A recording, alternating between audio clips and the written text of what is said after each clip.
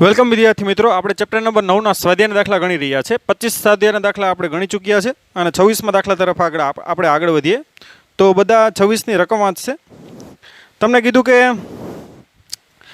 નીચેના પ્રશ્નોના જવાબ આપો। એમાં A B C D E M 5 question તમને પૂછેલા છે અને પહેલો ક્વેશ્ચન છે વસ્તુએ આંખ સાથે બનાવેલો ખૂણો અને વિવર્ધક લેન્સથી રચાયેલો અને આભાસી પ્રતિબિંબ આંખ સાથે બનાવેલો ખૂણો સમાન છે, તો પછી વિવર્ધિત કાચ કયા અર્થમાં કોણીય મોટવણી આપે? ઓકે, ક્વેશ્ચનને સમજીએ વિદ્યાર્થી મિત્રો આકૃતિ દ્વારા। તમને કીધું કે આ સપોઝ કે બહિગોળ લેન્સ છે।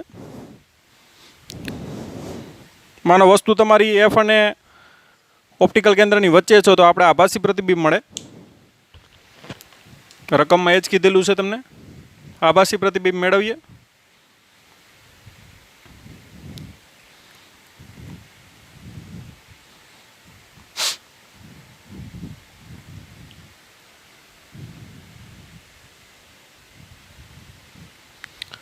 આ બંને કિરણો આ બાજુ ક્યાંય ભેગા થવાના નથી, એટલે આ પાછળ લંબાવો તમે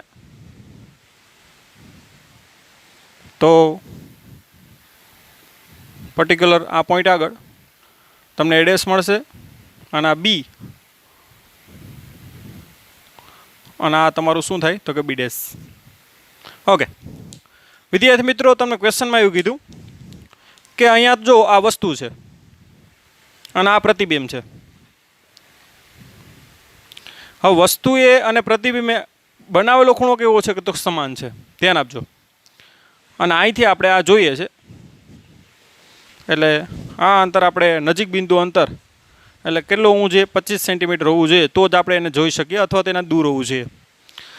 હવે વિદ્યાર્થી મિત્રો અહીં ધ્યાન આપજો, તમને શું કીધું ક્વેશ્ચનમાં કે અવલોકનકાર છે એ વસ્તુ સાથે બનાવેલો ખૂણો અને એના આભાસી પ્રતિબિંબ સાથે બનાવેલો ખૂણો બંને કેવા છે? સમાન છે, તો કયા અર્થમાં કોણીય મોટવણી આપે?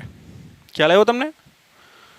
કેમ કે વસ્તુ સાથે બનાવેલો ખૂણો સેમ છે અને પ્રતિબિંબ મારે બનાવેલો ખૂણો સેમ છે, તો આમાં કોટિંગ બંને માટે થીટા તો સેમ છે, તો કોણીય મોટવણી કયા અર્થમાં આપી એમ?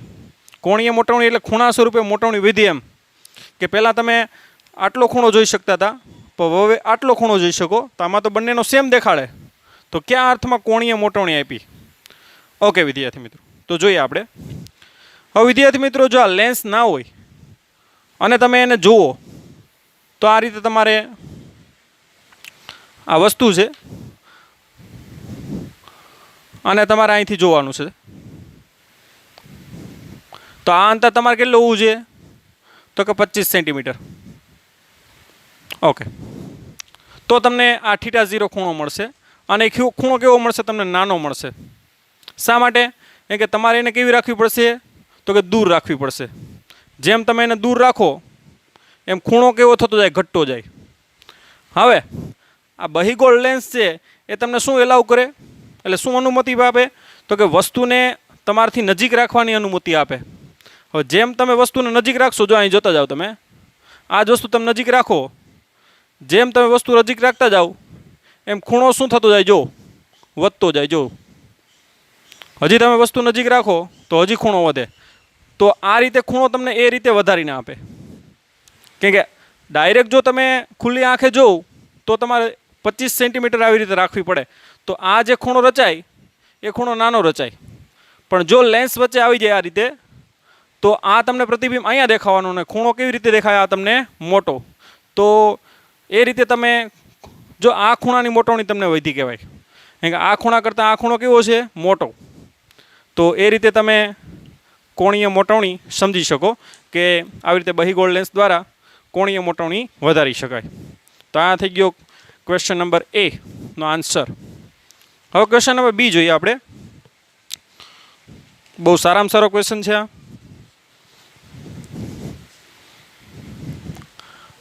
ઓકે,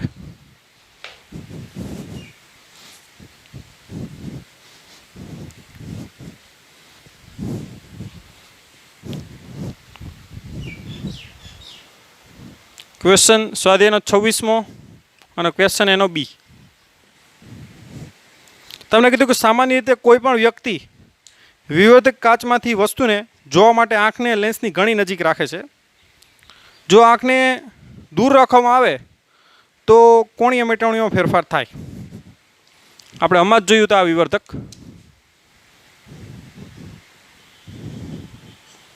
હમણાં જ આ પ્રતિબિંબ જે છે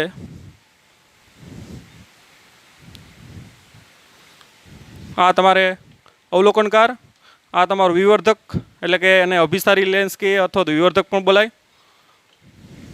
અભિસારી વિવર્ધક.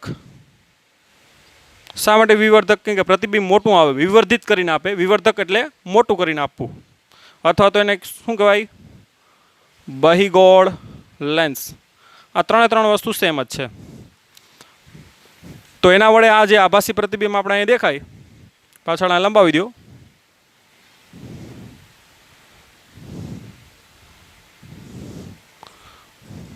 તો અવલોકનકાર છે એ વિવર્ધકની આંખ જો નજીક રાખે તો કોઈ ફેરફાર થાય, અને જો થાય તો કેવો ફેરફાર થાય એ આપણે જવાબ આપવાનો છે.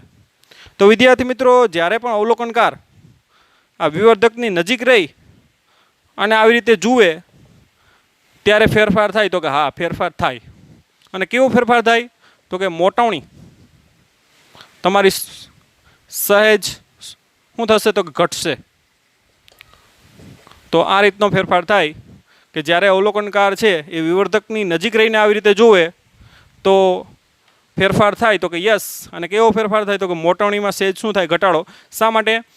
કેમ કે વસ્તુએ લેન્સ સાથે બનાવેલો ખૂણો અને આંખ સાથે બનાવેલો ખૂણો કેવો હોય? અલગ અલગ હોય. એને કારણે મોટવણીમાં ફેરફાર થાય. કેમ કે મોટવણી બરાબર આપણે ખ્યાલ છે કે પ્રતિબિંબે બનાવેલો ખૂણોના છેદમાં શું થાય? આંખે વસ્તુ સાથે બનાવેલો ખૂણો. તો ખૂણામાં ફેરફાર થાય તો મોટવણીમાં ફેરફાર થાય. જે આપણે એસ્ટ્રોનોમિકલ ટેલિસ્કોપ છે એમાં પણ ભણી ચૂક્યા છે. તો પ્રકાશી ઉપકરણોમાં એ આપણે ભણ્યા જ છે. ઓકે, હવે ક્વેશ્ચન સી જો. તમને કીધું કે સાદા માઇક્રોસ્કોપની મોટવણી અથવા મોટી શક્તિ કયો તમે, એની કેન્દ્ર લંબાઈના વ્યસ્ત પ્રમાણમાં હોય. આપણે ખબર છે સાદા માઇક્રોસ્કોપની મોટવણી કેટલી હોય? તો કે 1+d/fe. જો પ્રતિબિંબ ડી અંતર રચાતું હોય તો ડી એટલે તમારું નજીક બિંદુ અંતર 25 સેન્ટીમીટર. એની મોટવણી આ રીતે અપાય. એ ખબર છે કેન્દ્ર લંબાઈના શું હોય? તો કે વ્યસ્ત પ્રમાણમાં. એફી લખો, ખાલી એફ લખો, નો પ્રોબ્લેમ. તો વધુને વધુ મોટવણી મેળવવા માટે તમારે શું કરવું પડે? તો કે એફ નાનો લેવો પડે. તો આવું ના કરી શકાય. તો શા માટે આવું ના કરી શકાય? મેં તમને જ્યારે થિયરી ચાલી ત્યારે પણ એનું રીઝન આપ્યું હતું. વિદ્યાર્થી મિત્રો, તમારે એફ અહીં નાનો કરો તો તમારો એમ મોટો આવે, કેમ કે બંને વ્યસ્ત છે. એટલે આવી રીતે મોટવણી વધારી શકાય. મોટવણી વધારે એટલે પ્રતિબિંબની સાઇઝ શું થતી જાય? વધતી જાય, જે આપણો મોટાભાગે હેતુ હોતો હોય છે. ઓકે, પણ આવું ના કરી શકાય એનું કારણ શું? મેં તમને ત્યારે એક કીધું હતું કે એફ ચાલે છે 1/t.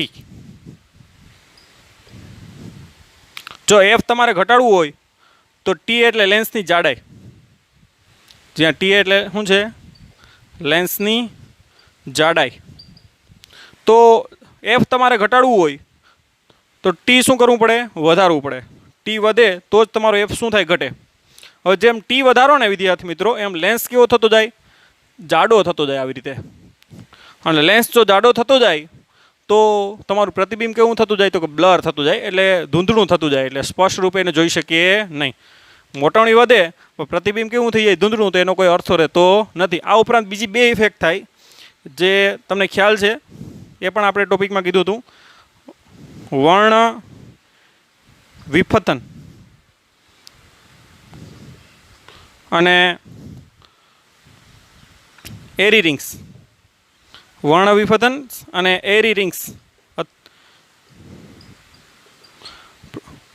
પ્રતિબિંબ આવી રીતે રીંગો વાળું દેખાય વિવર્તનને કારણે, જેને આપણે એરી રિંગ્સ કહીએ. અને વર્ણ વિફતન એટલે અલગ અલગ કલરો છે એ અહીંયાથી અલગ અલગ કલરનું વિભાજન થાય. તમને ખ્યાલ છે કે જાંબલી રંગ પહેલાં કેન્દ્રિત થાય, કેમ કે એનું વક્રીપૂર્ણાંક વધારે હોય. પછી એ રીતે નીલો ભેગો થાય, છેલ્લે કયો ભેગો થાય? રેડ. એટલે આવી રીતે ફેલાયેલું પ્રતિબિંબ મળે. અલગ અલગ કલરોવાળું ફેલાયેલું પ્રતિબિંબ મળે, જેને આપણે શું કહીએ? વર્ણ વિફતન ક્રોમેટિક ઇફેક્ટ અને એરી રિંગ્સ એટલે કે વિવર્તન આવું રીંગો રીંગોવાળું પ્રતિબિંબ પણ મળે. તો આવી રીતે જો કેન્દ્ર લંબાઈ લેન્સને જાડો કરો તો આ બંને વસ્તુઓ પણ શું થતી જાય, એની ઇફેક્ટ પણ વધતી જાય. તો આવી રીતે 3 અસરો પેદા થાય. કઈ કઈ? તો કે પ્રતિબિંબ ધૂંધળું થાય, વર્ણ વિફતન એટલે કલરો પ્રતિબિંબ મળે, અને રીંગો રીંગોવાળું પણ પ્રતિબિંબ મળે. તો આપણે પ્રતિબિંબને સ્પષ્ટ રૂપે જોઈ શકીએ નહીં. તો આ સાદું જે માઇક્રોસ્કોપ છે એની એક શું આવી જાય તો કે મર્યાદા આવી જાય કે તમે મોટવણી અમુક મર્યાદાથી વધારી શકો નહીં. જે આપણે કહેવાય છે કે એની મોટવણી 10થી ન વધારી શકો તમે. 10 અથવા 10 કરતાં કેવી રાખવી પડે? તમારે ઓછી રાખવી પડે. તો આ રીતે એ ક્વેશ્ચનને સમજી શકો. આ તમારો ક્વેશ્ચન નંબર સી. ઓકે, હવે આપણે ડી તરફ જોઈએ આગળ.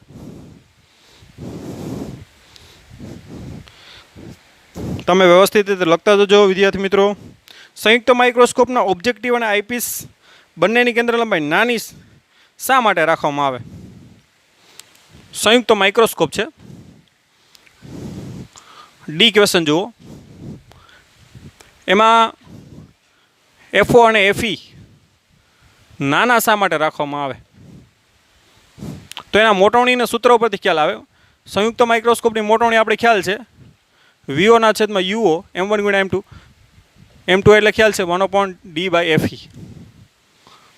ઓકે, હવે વિદ્યાર્થી મિત્રો એફઈ તમે નાનું રાખો તો જ તમને આ મોટું મળે, તો મોટવણી વધારે મળે. એટલે ડાયરેક્ટ એફઈનું તો સમજી શકાય કે એફઈ જો નાનું હોય તો એમ કેવું મળે? વધારે.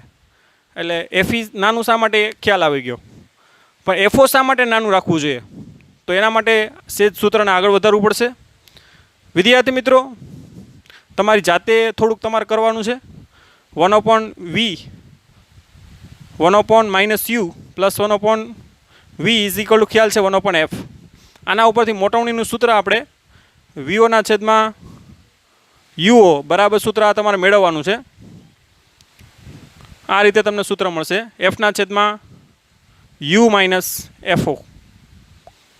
ખ્યાલ આવ્યો? વીઓ પણ યુઓ ની કિંમત તમારે આ સૂત્ર ઉપરથી મેળવવાની છે, જે તમારે જાતે કરવાનું છે. ના આવડે તો મને કહેજો પછી. વીઓના છેદમાં યુઓ બરાબર શું થાય? તો કે એફઓના છેદમાં યુ માઇનસ એફઓ 1+D/FE. હવે વિદ્યાર્થી મિત્રો ધ્યાનથી જુઓ. અહીંયા તમને એફઈનું તો રીઝન મળી ગયું. એફઓ હવે શું? હવે માઇક્રોસ્કોપને યાદ કરો. આપણે માઇક્રોસ્કોપની થિયરી યાદ કરો. ત્યાં કીધું હતું કે આ યુ છે એ એફઓની કેવું હોવું જોઈએ? નજીક. એટલે કે યુ નાનું હોવું જોઈએ. હવે યુ નાનું હોવું જોઈએ તો એના કરતાં એફઓ પણ કેવું હોવું જોઈએ? નાનું હોવું જોઈએ. ખ્યાલ આવ્યો? કેમ કે યુ એફઓ કરતાં યુ સેજ, કેમ કે આપણે જે પણ નાની નાની વસ્તુ જોઈએ એ ઓબ્જેક્ટિવથી કેવી રાખીએ? એકદમ નજીક રાખતા હોય. તો વસ્તુ અંતર નાનું હોય તો એફઓ એના કરતાં પણ કેવું હોવું જોઈએ? નાનું હોવું જોઈએ. કેમ કે યુ છે આવી રીતે ધ્યાન આપજો. આ તમારો ઓબ્જેક્ટિવ લેન્સ છે, ધ્યાન આપજો. માઇક્રોસ્કોપનો કયો લેન્સ છે? આ ઓબ્જેક્ટિવ. ધ્યાન આપજો. આ તમારો એફ અને આ તમારો એફઓ. હવે જે પણ આપણે નાના નાના રક્તકણો, શ્વેતકણો, ત્રાકકણો અથવા જે પણ નાની નાની વસ્તુ જોવી હોય એને આપણે નજીક રાખતા હોય. એટલે આ તમારું યુ. હવે આ તમારો આની અંદર તો આવે તો ના ચાલે. એના કરતાં સેજ કેવું હોવું જોઈએ? દૂર હોવું જોઈએ. એટલે યુ નાનું હોય ને એટલે એફઓ પણ કેવું રાખવું પડે? નાનું રાખવું પડે. ખ્યાલ આવ્યો? તો જો એફઓ નાનો ન રાખો તો વસ્તુ તમારી અહીં અંદર આવી જાય તો એનો આભાસી પ્રતિબિંબ આવી જાય, તો પછી આઈપીસને મળવાનું જ નથી. ખ્યાલ આવ્યો? તો આ રીતે યુ નાનું હોવાથી એફઓ પણ કેવું રાખવું પડે? નાનું રાખવું પડે. તો એ આપણું મેઇન રીઝન છે. આવી રીતે એફઓ અને એફઈ બંને કેવા રાખવાના હોય? માઇક્રોસ્કોપમાં નાના રાખવાના હોય, તો સારી રીતે માઇક્રોસ્કોપ કામ આપી શકે. હવે નેક્સ્ટ જો હવે લાસ્ટ ઈ કે સંયુક્ત માઇક્રોસ્કોપ છે માઇક્રોસ્કોપથી જોવામાંથી આંખને આઈપીસની અડોઅડ નહીં પરંતુ સેજ દૂર રાખવામાં આવે. શા માટે? આઈપીસ અને આંખ વચ્ચેનું આ નાનું અંતર કેટલું હોવું જોઈએ? ઓકે વિદ્યાર્થી મિત્રો, માઇક્રોસ્કોપ છે સંયુક્ત માઇક્રોસ્કોપ, એની આકૃતિ તમારે જોવાની થશે. પહેલાં તો એમાં આપણે આઈપીસથી અહીંયા આપણો આઈપીસ લેન્સ હોય આવી રીતે મોટો, અને આંખને અડોઅડ નહીં પણ સેજ દૂર રાખવાની હોય. શા માટે?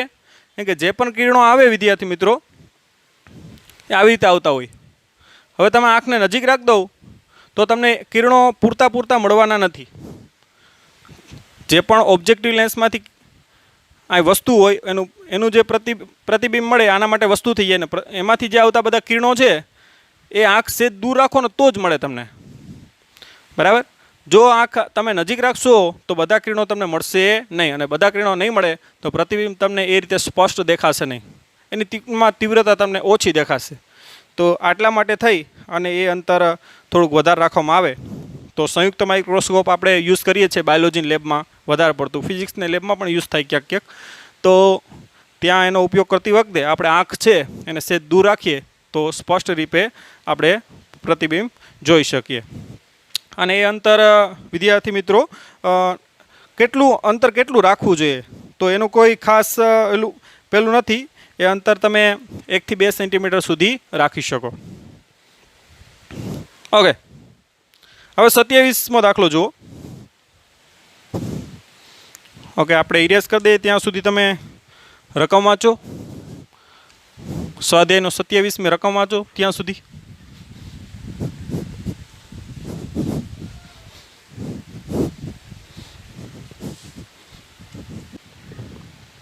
ઓકે, સ્વાધ્યાયનો 27.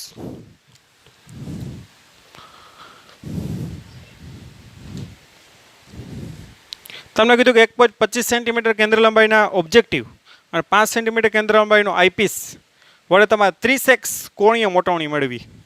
30x એટલે 30 ગણી, એટલે મોટવણી કેટલી છે 30 વિદ્યાર્થી મિત્રો.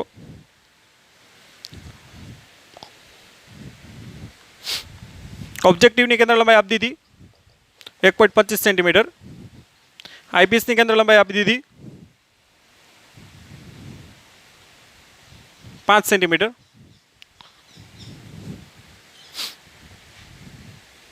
અને એક માઇક્રોસ્કોપ બનાવવાનું છે આપણે, અને એની મોટવણી આપણે કેટલી જોતી 30.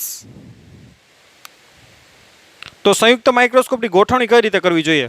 હવે ગોઠવણી એટલે શું? તો કે બે લેન્સ વચ્ચેનું અંતર મેળવવાનું. ગોઠવણીમાં એક જ વસ્તુ આવે, બે લેન્સો વચ્ચેનું અંતર L એ કેટલું રાખવું જોઈએ? આપણે ખબર છે કે L બરાબર શું થાય? તો કે VO પ્લસ UE. આપણે ઘણા દાખલા કરી લીધા, આકૃતિ સ્વરૂપે હમણાં જોઈએ એવું હોય તો આપણે VO અને UE મેળવવાનું છે. ઓકે, તો ચાલો મેળવીએ. સંયુક્ત માઇક્રોસ્કોપ અહીંયા દોર દઉં. ઓબ્જેક્ટિવ નાનો હોય, આઈપીસ આવી રીતે મોટો હોય. ઓકે, અહીંયા તમે આવી રીતે કોઈ વસ્તુ મૂકી, અહીંયા એનું પ્રતિબિંબ આ રીતે મળે. આ તમારું ઓબ્જેક્ટિવ લેન્સ, આ આઈપીએસ લેન્સ, આ ઓબ્જેક્ટિવનું વસ્તુ અંતર, અને એ આઈપીએસનું શું બની જાય? પ્રતિબિંબ અંતર. તો બંને લેન્સો વચ્ચેનું અંતર શું થાય? તો કે VO પ્લસ UE, એટલે એ આપણે મેળવવાનું છે. ઓકે વિદ્યાર્થી મિત્રો, આ તમને ખ્યાલ છે, થિયરી ઓલરેડી ભણી ગયા તમે માઇક્રોસ્કોપ. આ છે આના માટે વસ્તુ બની જાય, એનું પ્રતિબિંબ આ રીતે અહીં આપતું હતું. અને માનો કે એ D અંતરે આપે, અને D એટલે ક્યાં અંતરે? તો કે 25 સેન્ટીમીટર અંતરે. એ આપણે માન લો કે ધારી લઈએ આપણે કે આઈપીસ દ્વારા મળતું લાસ્ટ પ્રતિબિંબ ક્યાં અંતરે છે? 25 સેન્ટીમીટર અંતરે છે. એ આપણે આ દાખલામાં ધારી લેવાનું છે, કેમ કે મોસ્ટલી પ્રતિબિંબ અંતર આપણે 25 જ રચાતા હોય. ઓકે, હવે તમને આ જે મોટવણી આપી, કુલ મોટવણી આપી, તો M બરાબર શું થાય? તો કે MO ગુણ્યા ME બરાબર તમને 30 આપ્યું તમને. હવે વિદ્યાર્થી મિત્રો, ME એટલે ખ્યાલ છે 1 પ્લસ શું થાય? D/FE. એટલે ME નું આપણે કિંમત ડાયરેક્ટ મળી જાય 1 પ્લસ D એટલે 25 અને FE એટલે તો કે 5. તો એ કેટલું મળ્યું? 6. તો તમને ME 6 મળી ગયું, માટે MO મળી જાય. MO બરાબર શું થાય? 30/ME, એટલે કે 30/6, એટલે એ કેટલું મળશે? 5. તો તમને MO અને ME મળી ગયું. હવે વિદ્યાર્થી મિત્રો ધ્યાન આપજો, હવે આપણે UE પણ મળી ગયા.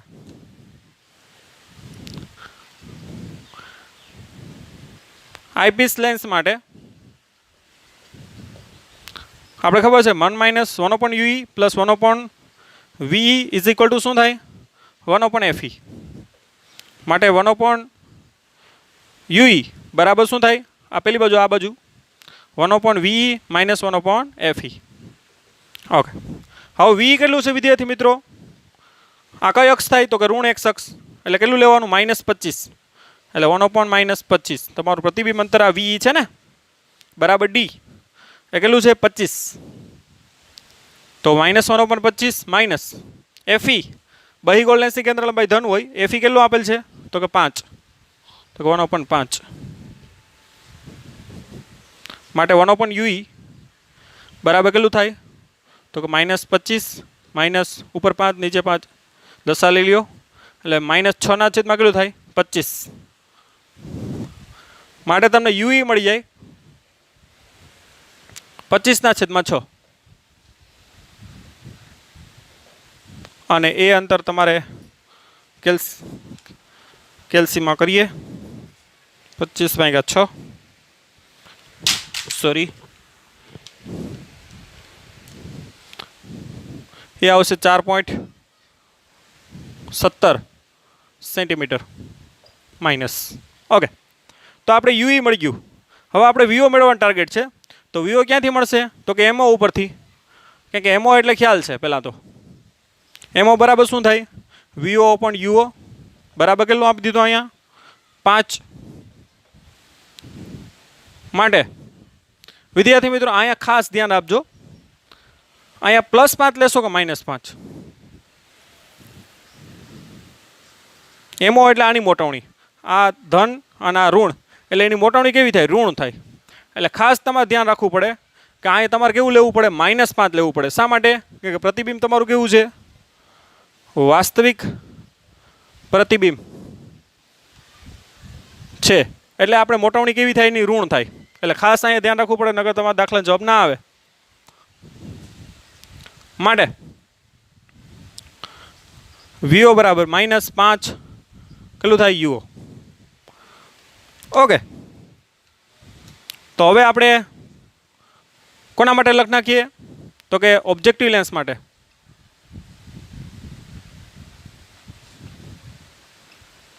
આપણે ખ્યાલ છે 1/-UO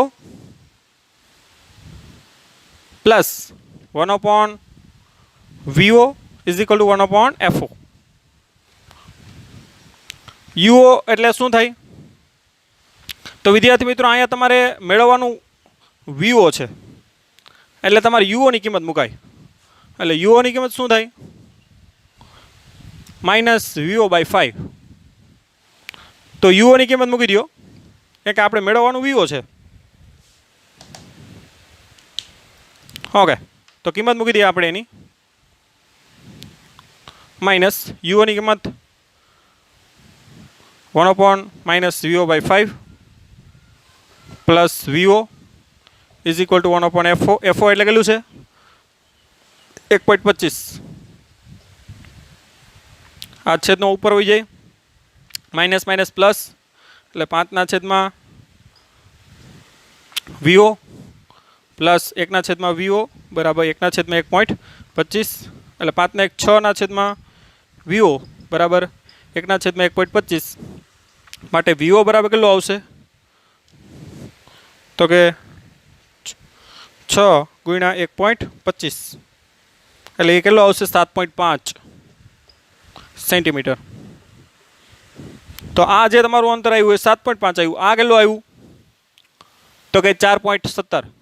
તો આવી રીતે બંનેનો સરવાળો કરો તો બે લેન્સ વચ્ચેનું અંતર L બરાબર જે ગોઠવણી રાખવી પડે આપણે માનાંકમાં UO પ્લસ માનાંકમાં VO.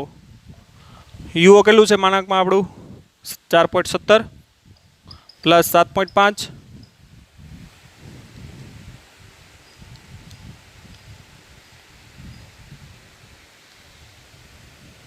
7.5 પ્લસ 4.17, તો એ આવશે 11.67 સેન્ટીમીટર.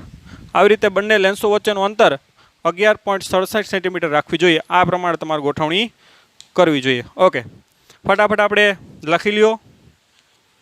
ત્યારબાદ આગળ વધીએ આપણે.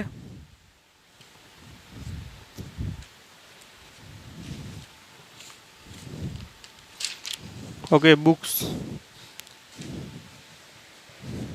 ડસ્ટર,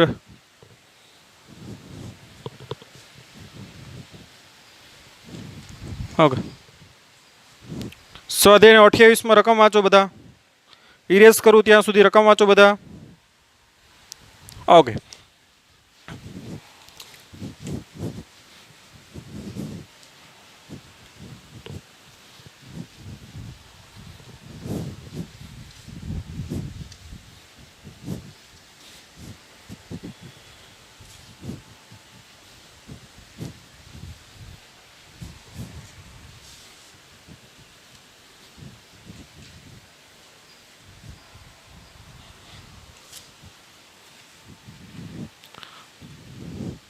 સ્વાધ્યાય 28.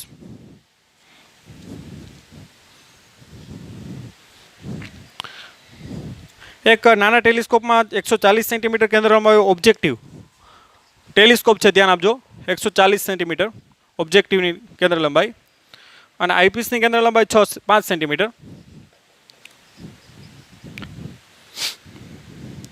તો આ ટેલિસ્કોપની મોટી શક્તિ કેટલી થાય? આપણે ખ્યાલ છે મોટી શક્તિ બરાબર શું થાય? FO upon FE બરાબર કેટલું થાય? 140/5 એટલે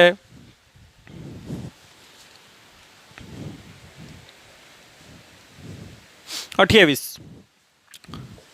તેની મોટી શક્તિ કેટલી થાય? 28.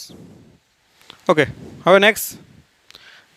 જ્યારે ટેલિસ્કોપને સામાન્ય ગોઠવણી કરેલું હોય ત્યારે અને જ્યારે અંતિમ પ્રતિબિંબ 25 સેન્ટીમીટર હોય ત્યારે આપણે આ મોટી શક્તિ મેળવવાની છે. સામાન્ય ગોઠવણી કરેલું હોય ત્યારે આ રીતે જ થાય.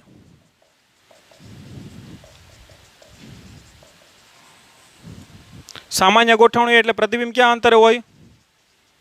અનંત અંતરે. ધ્યાન રાખજો, તમને જ્યારે પણ એમ કહે કે સામાન્ય ગોઠવણી કરેલી હોય ત્યારે પ્રતિબિંબ અનંત અંતરે હોય અને પ્રતિબિંબ અનંત અંતરે રચાતું હોય ત્યારે આપણે ખબર છે કે ટેલિસ્કોપની ગોઠવણી આ રીતે લખાય. તો આ સામાન્ય ગોઠવણી દરમિયાન મળી ગયું આપણે. હવે અંતિમ પ્રતિબિંબ 25 સેન્ટીમીટર અંતરે હોય ત્યારે એ સૂત્ર આપણે થિયરીમાં નથી ભણ્યા, ઘણી રેફરન્સ બુકોમાં એ સૂત્ર મેળવેલ છે. તમારે એ સૂત્ર યાદ રાખવાનું કે ટેલિસ્કોપમાં પ્રતિબિંબ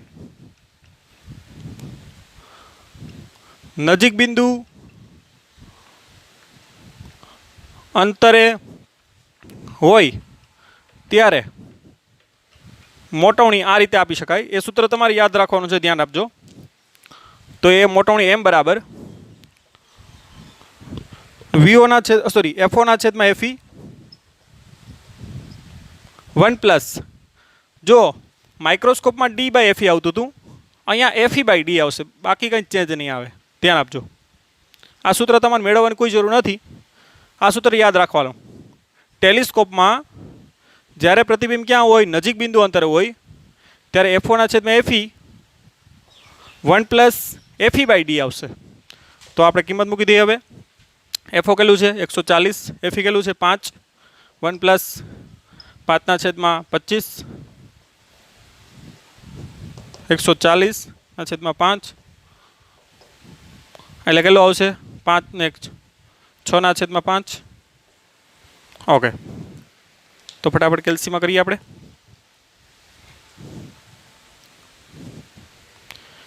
140 × 6/25 એ આવશે 33.6. તો મોટવણી છે એ સેજ વધારે આવે છે. તો આ રીતે નજીક બિંદુ અંતરે કરતાં મોટવણી વધારે આવે, પણ નજીક બિંદુ અંતરે પણ પ્રતિબિંબ જોવા માટે સેજ આંખને મુશ્કેલી પડે છે. તો પ્રતિબિંબને અનંત અંતર રચવું એ જ વ્યવહારિક છે. તો એ આપણી આંખ એને આરામ રીતે શું કરી શકે? જોઈ શકે. અનંત અંતરે એટલે 10-20 મીટર એ અનંત અંતર પણ હોઈ શકે આપેલ પેરામીટર માટે. ઓકે, તો આ રીતે સ્વાધ્યાયનો 28મો સમજી શકાય. બીજું કાંઈ એમાં છે નહીં. ઓકે, 2 જ ક્વેશ્ચન છે. હવે 29મો જુઓ. રકમ વાંચો વિદ્યાર્થી મિત્રો. 29મી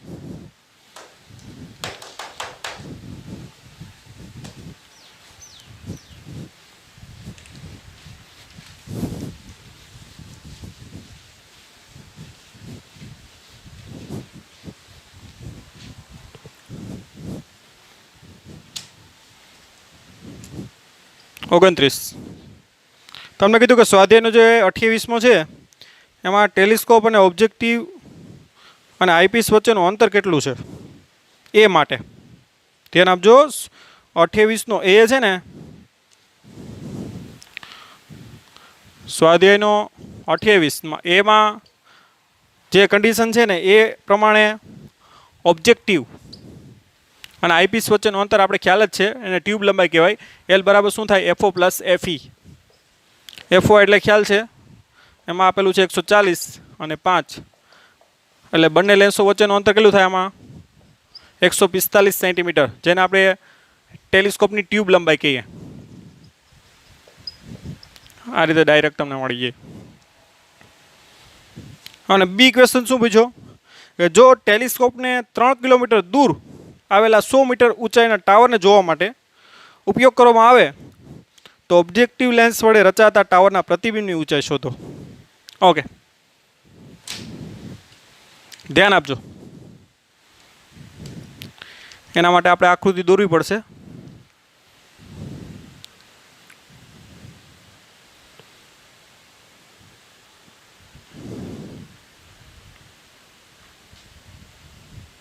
આઈપીસ નાનો હોય, ઓબ્જેક્ટિવ મોટો હોય. આઈપીસ નાનો હોય,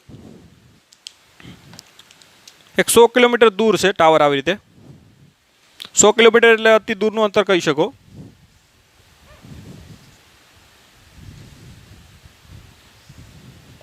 માનો કે ટાવરની ઊંચાઈ h છે,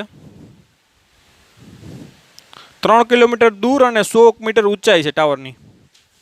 ટાવરની ઊંચાઈ h બરાબર 100 મીટર આપી દીધી અને એ 3 કિલોમીટર દૂર છે એટલે 3000 મીટર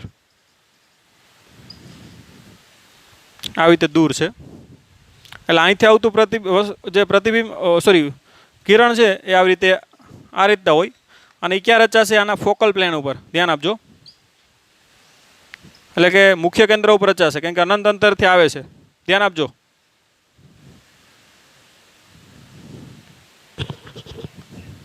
અને આ રીતે આ તો સીધે જ જવાનું છે, એટલે અહીંયા પ્રતિબિંબ તમારું રચાશે આ રીતે. ઓકે, અથવા આમ લઈ શકો વિદ્યાર્થી મિત્રો, ડાયરેક્ટ ઓપ્ટિકલ કેન્દ્રમાંથી જ લેવાનું થાય, સીધે સીધું પાસ થઈ જાય. ઓકે ઓકે, આ અનંત અંતરથી આવે છે એટલે એનું પ્રતિબિંબ ક્યાં રચાવવાનું? ફોકલ પ્લેન ઉપર. આ એટલે આ અંતર કેટલું થાય? FO જેટલું થાય.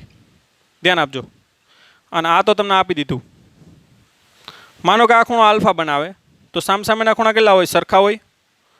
એટલે તમને શું કીધું કે આઈપીએસ દ્વારા જે બને ને લાસ્ટમાં એની આપણે સાઇઝ મેળવવાની. પહેલાં આની સાઇઝ તો મેળવી લઈએ. માનો કે આની સાઇઝ H' થાય તો પહેલાં H' મેળવી લઈએ આપણે. તો આ બાજુ ખબર છે વસ્તુ તરફ tan આલ્ફા, વસ્તુ તરફ એટલે આ બાજુ tan આલ્ફા બરાબર શું થાય? સામેની બાજુ છેદમાં પાછળની બાજુ. સામેની બાજુ કેટલી છે? 100. પાછળની બાજુ કેટલી છે? 3000. એટલે 1/30 રેડિયન, સોરી આલ્ફા.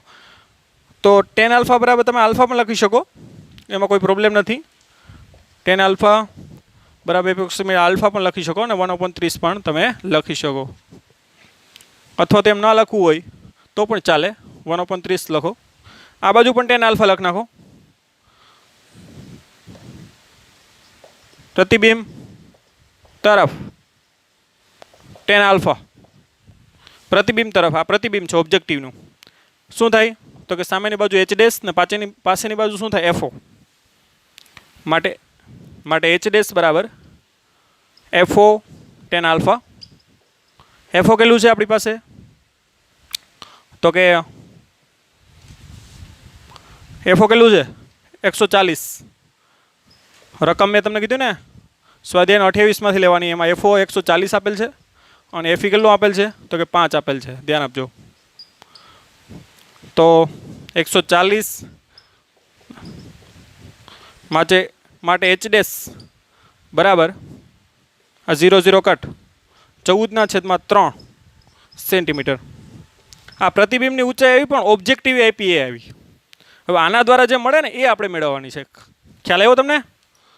આ તમને ઊંચાઈ મેળવવા નથી કીધી, તમને એમ કીધું ને ઓબ્જેક્ટિવની ઊંચાઈ મેળવો તો આ મળી ગઈ, પણ તમને લાસ્ટ તમે પ્રતિબિંબ જોવો ને એની ઊંચાઈ મેળવવાની. તો પહેલાં આઈપીસની પ્રતિબિંબ મોટવણી મેળવી લઈએ.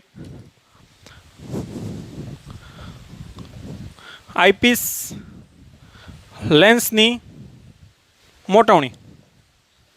ખ્યાલ આવ્યો? કેમ કે આ એના માટે વસ્તુ થઈ જાય, એનું ઊંચાઈ એચ ડેશ અને આની ઊંચાઈ ડબલ એચ ડેશ, એટલે ડબલ એચ ડેશ મેળવવાનું. તો આ મોટવણી એમી મેળવી લે. ખ્યાલ આવ્યો તમને? કેમ કે એમી બરાબર શું થાય તો કે એચ ડબલ ડેશના છેદમાં એચ ડેશ. તો આઈપીસની મોટવણી પહેલાં તો મેળવવી પડે, જે આપણે ખ્યાલ છે 1 + d/fe, અને 1 + d એટલે આપણે ખબર છે 25 છે આના માટે, અને fe એટલે 5, તો એ કેટલી છે 6 છે. અને એમી બરાબર શું લખાય તો કે એચ ડબલ ડેશના છેદમાં શું લખાય એચ ડેશ. આપણે તો ડબલ એચ ડેશ મેળવવાનું. આ પ્રતિબિંબ આના માટે શું થઈ જાય વસ્તુ, તેના માટે મોટવણી શું લખાય આ રીતે લખી શકો. માટે એચ ડબલ ડેશ બરાબર એમ એચ ડેશ, એમ એટલે 6, એચ ડેશ એટલે 14 ના છેદમાં 3, આ 2, 14 × 28 સેન્ટીમીટર આવશે. આવી રીતે તમને લાસ્ટ જે પ્રતિબિંબ મળે આઈપીસ દ્વારા એના પ્રતિબિંબની ઊંચાઈ કેટલી મળશે તો કે 28 સેન્ટીમીટર. તો આવી રીતે વિદ્યાર્થી મિત્રો તમે લાસ્ટ પ્રતિબિંબની ઊંચાઈ મેળવી શકો. તો આવી રીતે ટાવરની ઊંચાઈ તમને જે દેખાશે એ 28 સેન્ટીમીટર દેખાશે. 100 મીટરનું ટાવર છે અને 28 દેખાવાનું છે તમને. ઓકે, કેમ કે એ દૂરના અંતરે છે.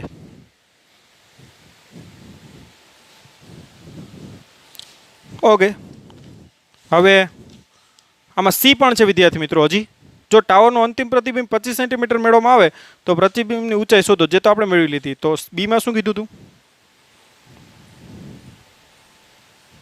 ઓબ્જેક્ટિવ વડે આ બીનો આ જવાબ છે, ધ્યાન આપજો. આ બીનો જવાબ છે અને આ કોનો જવાબ છે? સીનો. ઓબ્જેક્ટિવ દ્વારા મળે તો એ 14/3 મળે પ્રતિબિંબની ઊંચાઈ, અને આઈપીસ દ્વારા 28 મળે. ઓકે, તો આવી રીતે ક્વેશ્ચન આ એ નો જવાબ, આ બી અને આ સી.